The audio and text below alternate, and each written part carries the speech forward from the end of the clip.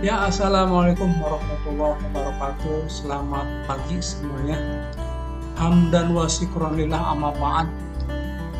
Asyhadu an la ilaha illallah wa asyhadu anna Muhammadan abduhu wa rasuluh. Allahumma sholli wa sallim ala sayyidina Muhammadin wa ala alihi wa sahbihi ajma'in. Alhamdulillah pagi hari ini kita bisa bertemu ya walaupun dalam bentuk virtual. Mudah-mudahan tidak menghalangi keberkahan dalam majelis ilmu kita.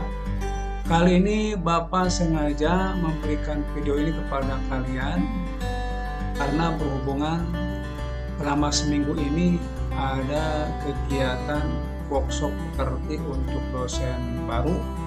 Jadi selama seminggu ini perkuliahan Bapak dibuatkan media virtual seperti ini. Ya, baiklah. Kita langsung saja ya, kita lihat ada apa saja tugas akan Bapak berikan kepada kalian.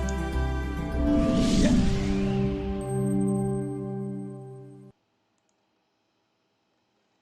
Ya, untuk pertemuan kita di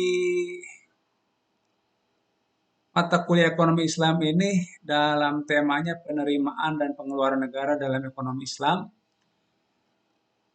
Di sesi kali ini Bapak akan memutarkan sebuah video ya yang nanti kalian silakan simak baik-baik. Tugasnya adalah pertama kalian menyimaknya dengan baik, keduanya kalian membuatkan resume ya atau kesimpulan dari tayangan video tersebut yang berdurasi 7 menit.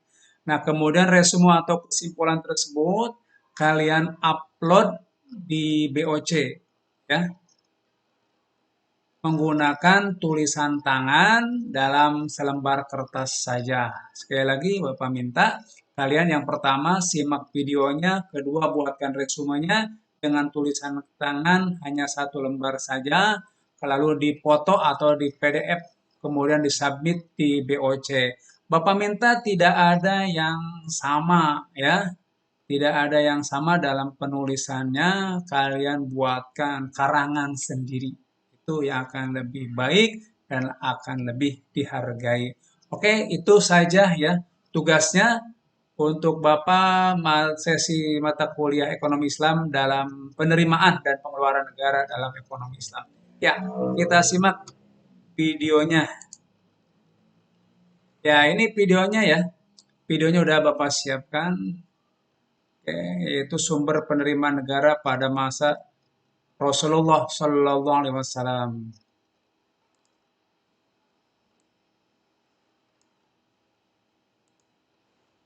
Sumber penerimaan negara pada masa Nabi.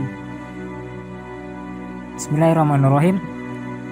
Sumber-sumber penerimaan negara Madinah antara lain berasal dari zakat, humus, jizyah, kharaj, dan fai, dan sumber-sumber penerimaan lain.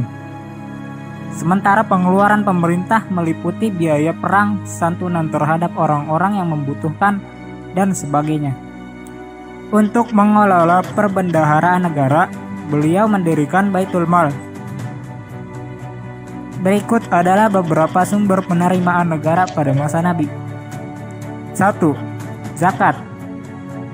Sumber penerimaan utama negara pada masa awal Islam adalah zakat, yang dikumpulkan dalam bentuk uang tunai, dinar dan dirham, hasil pertanian, peternakan, perdagangan, dan harta temuan atau rikaz. Zakat yang pertama diwajibkan adalah zakat fitrah, yang diwajibkan pada tahun kedua Hijriah.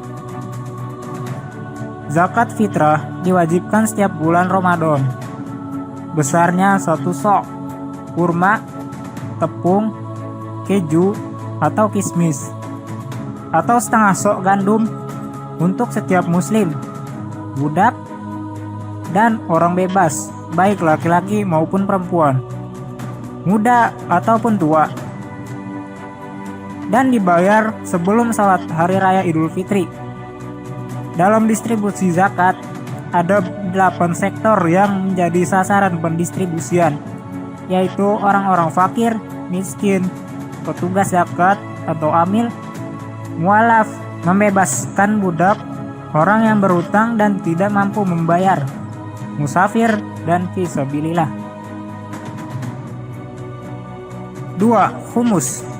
Sumber pendapatan lainnya adalah humus, yaitu 1/5 dari harta rampasan perang, sebagaimana diatur dalam Quran Surat Al-Anfal ayat 9.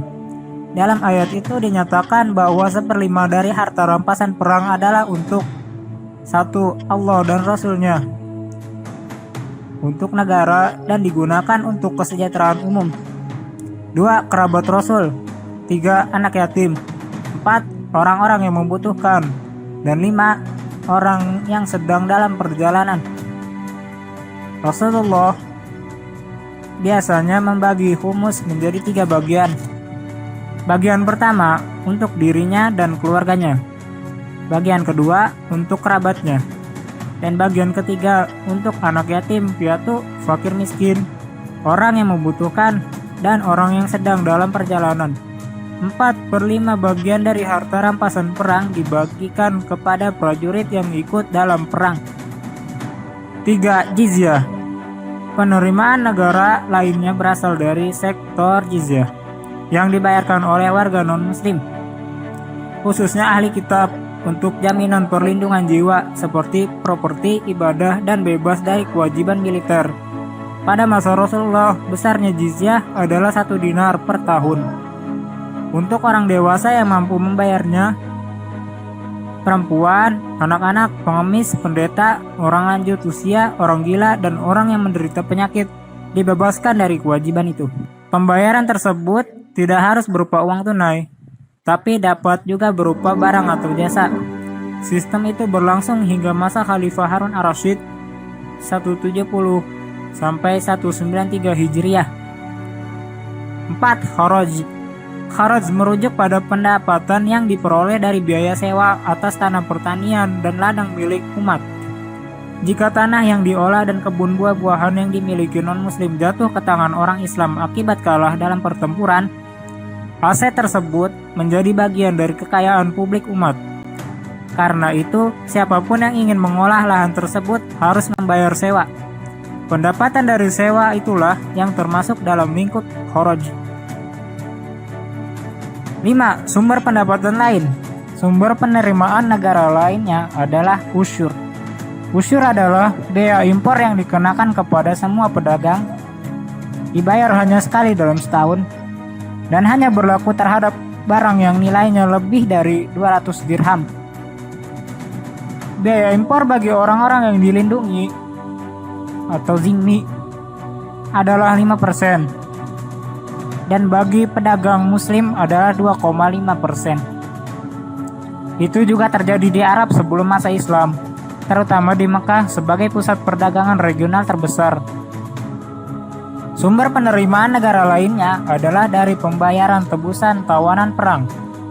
Misalnya, pada waktu terjadi perang Badar, banyak tentara musyrik yang ditawan oleh pasukan muslim. Rasulullah SAW menetapkan uang tebusannya rata-rata 4.000 dirham untuk setiap tawanan. Melalui tebusan tersebut, kaum muslimin menerima pemasukan bagi kas negara. Di samping sumber-sumber pendapatan tersebut, ada beberapa sumber penerimaan sekunder lainnya, yaitu 1. Pinjaman-pinjaman, 2. Rikaz, yaitu harta karun yang ditemukan pada periode sebelum Islam, 3. Amwal al-fadl, yaitu harta warisan kaum muslimin yang tidak memiliki ahli waris atau harta seorang muslim yang meninggalkan negerinya. 4. Wakaf, yaitu aset tetap atau bergerak yang didedikasikan untuk kepentingan umat Islam dengan memanfaatkan pokok aset atau memanfaatkan hasil dari pokok itu. Pemanfaatan pokok aset seperti wakaf tanah untuk masjid dan sarana umum, sedangkan pemanfaatan hasil dari pokok aset seperti wakaf hasil sewa gedung. Pengelola wakaf disebut nazir. 5. Nawaib, yaitu pajak yang jumlahnya cukup besar yang dibebankan kepada orang Islam yang kaya dalam rangka menutupi pengeluaran negara selama masa darurat. Hal ini pernah terjadi pada masa perang Tabuk. 6. jenis-jenis sedekah yang lain seperti kurban dan kafarat. Kafarat adalah denda atas kesalahan yang dilakukan seorang muslim, seperti denda karena melakukan beberapa pelanggaran dalam pelaksanaan ibadah haji.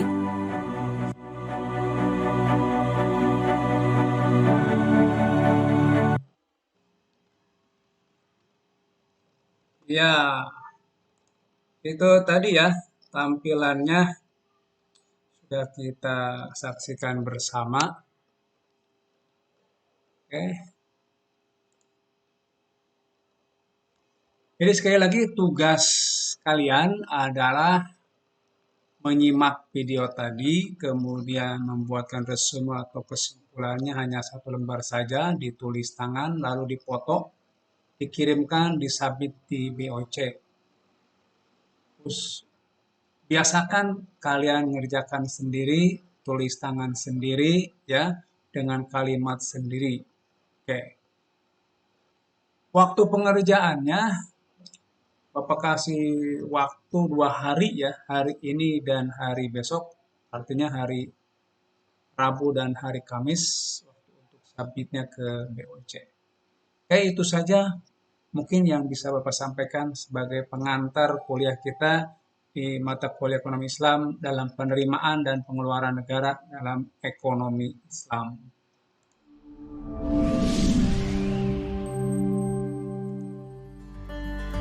Ya, itu ya tugasnya. Selamat mengerjakan. Ya, sekali lagi akhir kata penutup kita, kerjakanlah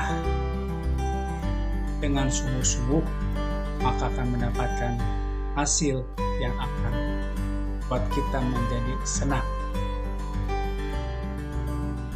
Jangan lupa sehat, jangan lupa sholat. Assalamualaikum warahmatullahi wabarakatuh.